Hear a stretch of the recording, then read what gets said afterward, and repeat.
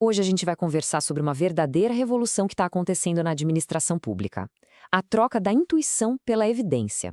É a ciência de dados transformando o jeito como as políticas públicas são pensadas e executadas.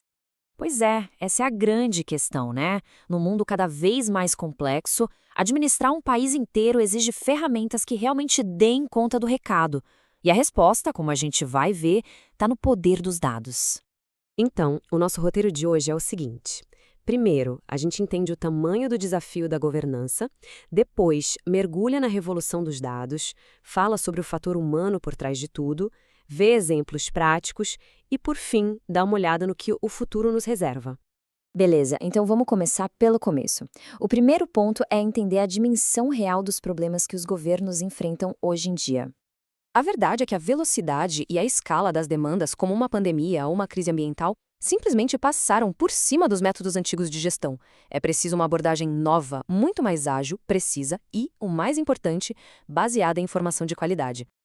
E é exatamente aí que a ciência de dados entra em cena. Sabe? Ela oferece um conjunto de ferramentas totalmente novo para a administração pública. Mas o que isso quer dizer na prática?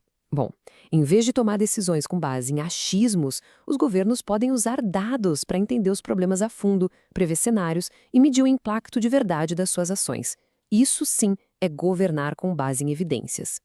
E olha, os benefícios são gigantescos. A gente está falando de usar o dinheiro público de um jeito muito mais inteligente, responder a emergências com mais rapidez, criar políticas que de fato funcionam e, claro, deixar todo o processo muito mais transparente para a sociedade.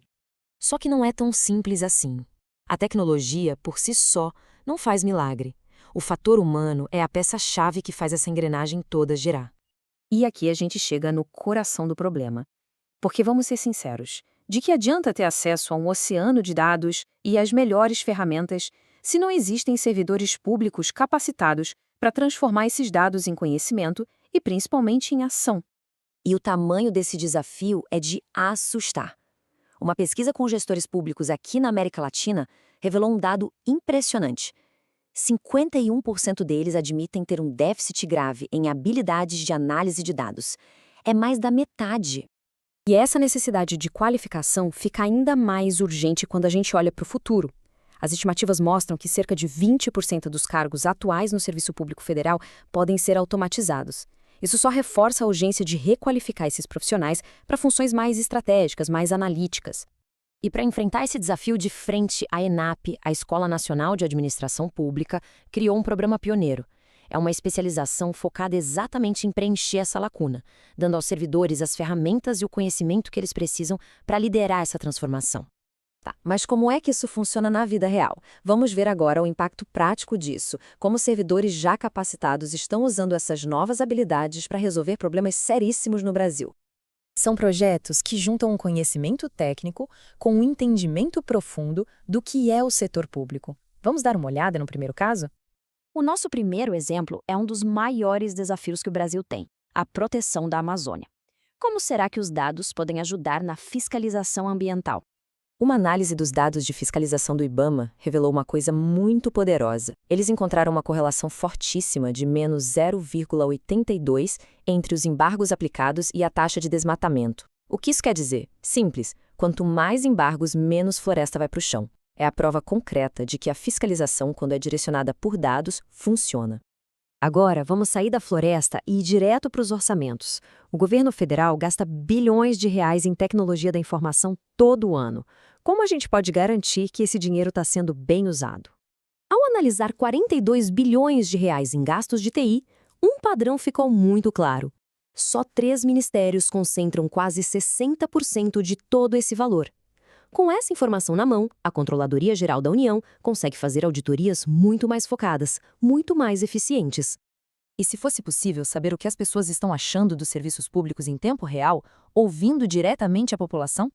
A grande sacada aqui foi trocar aquelas pesquisas de opinião tradicionais, que são demoradas e caras, pela análise de redes sociais. Usando essa técnica, foi possível, por exemplo, analisar o que as pessoas estavam falando sobre o SUS em tempo real, com um custo baixíssimo e numa escala gigantesca, identificando problemas quase que na hora em que eles aconteciam.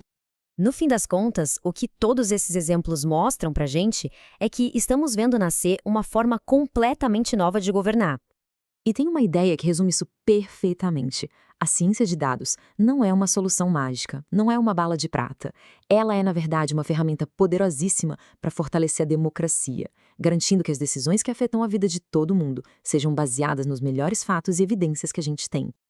E isso nos deixa com uma reflexão final, né? Se os dados são mesmo o novo petróleo, a verdadeira riqueza não está no dado bruto, mas na capacidade de refinar esse dado e transformar em bem-estar social. E essa capacidade está nas mãos de servidores públicos qualificados, éticos e dedicados a usar essa força para construir um futuro melhor. Todo o conteúdo que a gente viu aqui foi baseado na publicação Ciência de Dados em Políticas Públicas da Escola Nacional de Administração Pública, a ENAP. O vídeo é uma criação de Eduardo Lopes Juncker. Muito obrigada pela companhia e até a próxima.